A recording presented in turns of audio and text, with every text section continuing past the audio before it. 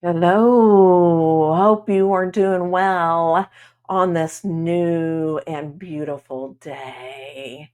Make the best of it. Shine your light. Be like a beacon of light, like a lighthouse. We tend to forget what we need to put into our life. I love the word alchemy. Alchemy, many people think, oh, it's a soup that we can make with magical ingredients. And that is so true. You can make ingredients and you can put things in a soup to make you healthy. But the alchemy I'm talking about is what you need in your life of spirituality to make you happy, to make you feel connected to the heavens. Everybody may have a different kind of alchemy.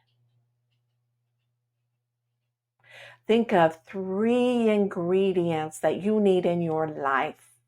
What 3 do you need? These are the 3 major ones that brings you joy, that brings you peace, that brings you love, and it brings you enlightenment.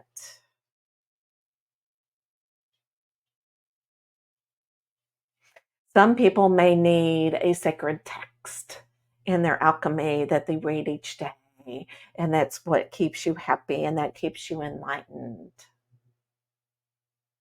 Some people may need quietness, meditation in their daily lives to keep them happy and keep them connected to God and to the source. Some people may need to be with nature to feel the energy of nature, to feel what it feels like to be in the calmness, to hug a tree, watch the birds, watch the water ripple into the lake or into the water. Everything has life around you in nature. Some people, that's what they want on a daily basis. Some people just need the love, unconditional love, not only for themselves, but love in their life. How can we do that? How can we bring our energy to love? Not only say, I want to love somebody, but you need to emotionally feel the love. You need to have the love into your energy. Think of a balloon. We blow up the balloon. Think of love going into the balloon, the air, and it's getting bigger and bigger. And yes, a lot of people become afraid. Is it going to pop with all that love air in it? That's where the fear comes in. When you have so much love, sometimes you become fearful and you go, I have too much love in my life. You can never have too much love. You can never love anybody too much. That is not a thing. So let's get back to the balloon. So you blow up the balloon, you tie it with a string, and it has so much love in it that you have put into it, your heart into it. You let go of the balloon and you watch it fly off into the clouds. You are putting out your love to everybody. You're putting out the energy. That's where the balloon is going. It's going high. It's going up to the heavens. So whenever you're grateful and you give this much love, you will also receive love. That's just how the universe works. During Jesus' day, during the biblical days, whenever he was around the campfire, he would talk about things that people needed to hear at the time, even though his message was just one, the same words, the same frequency, but people heard things differently. They were able to take things away from what he said in different ways. That's how he spoke.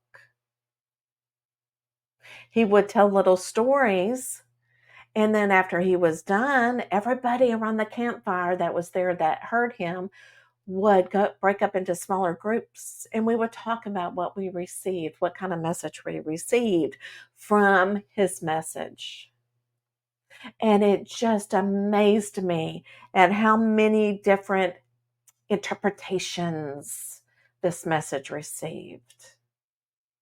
I thought it was so beautiful because if you were needing something at that time, you received it, even if it wasn't in the message. So even if it was not in the message, you still, for some reason, got what you were needing at that time.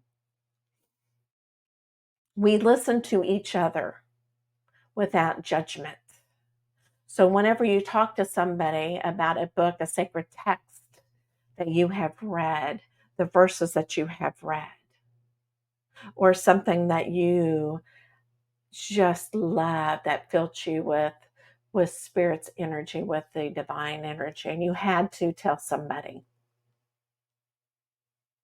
If that somebody cannot receive it the way you did, do not give judgment. Let that person hear what you heard, that message with the words. Let them interpret how they need to at the time and place. Everybody experiences things differently, and it's not any different with words. It's so interesting how somebody, when you look at the personalities that humans have, that also plays a factor in it. It's not your soul that's hearing it at that time, but sometimes when people overthink, that's their logical mind that is thinking. That is your personality coming through. That's your experiences that you have gone through. Sometimes all of that combined into the alchemy soup. When you put all of that together, you interpret it different. You interpret life differently from where you came from. It doesn't mean that it's wrong. It's right for you. That is your truth. So God tried to speak a lot of things that the people needed to hear at the time, back even in the biblical days. From the time they were needing to hear what it was to love, because they tended to bring that negative energy in because there was so much negativity around. And so they embraced what Jesus was saying because it was so love, and they could feel the heavens coming through him, through his channeled messages, and through his essence. It's almost like when Jesus spoke, he was speaking the light language. He was speaking to people's souls, not only their human body and their mind, but to their soul. He knew how to speak to their soul because when he spoke with those words, he could radiate the energy to them and they felt it. That's why people wanted to touch him, because he had so much energy and they felt the love that's coming through him. As I explain it, he was radiant of love, and you can be the radiant of love as well. Many people that try to love others feel defeated. Sometimes the person that they were trying to love unconditionally strikes back, and they can feel that negativity coming towards them. But don't let this stop you. Know that that is where they are in that place. But without your love, without your words, without your energy, they would just stay the same. So it's important to put love into your alchemy of who you want to be. And we also think of mystical, because you are mystical, you are magic, you are the divine. People tend to forget this, that you are magic. Because God, the divine, is magic and you are a part of it. You are here for a reason. Do not forget that.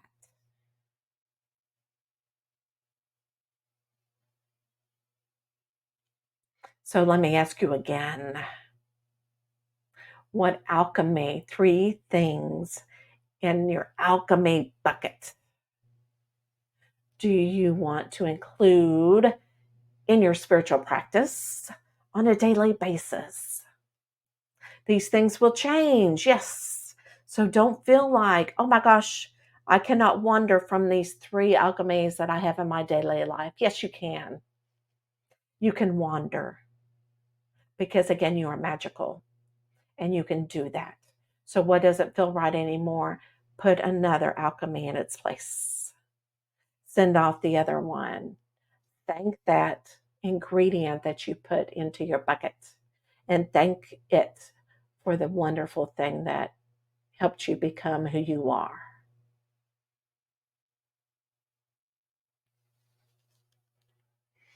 I, Sarah, in the collective, leave you now. We send you love. We send you peace. And most of all, we send you magic. Not only the magic in your soul that you remember, but we also want you to remember the magical elements that you have, what your soul has. We leave you now.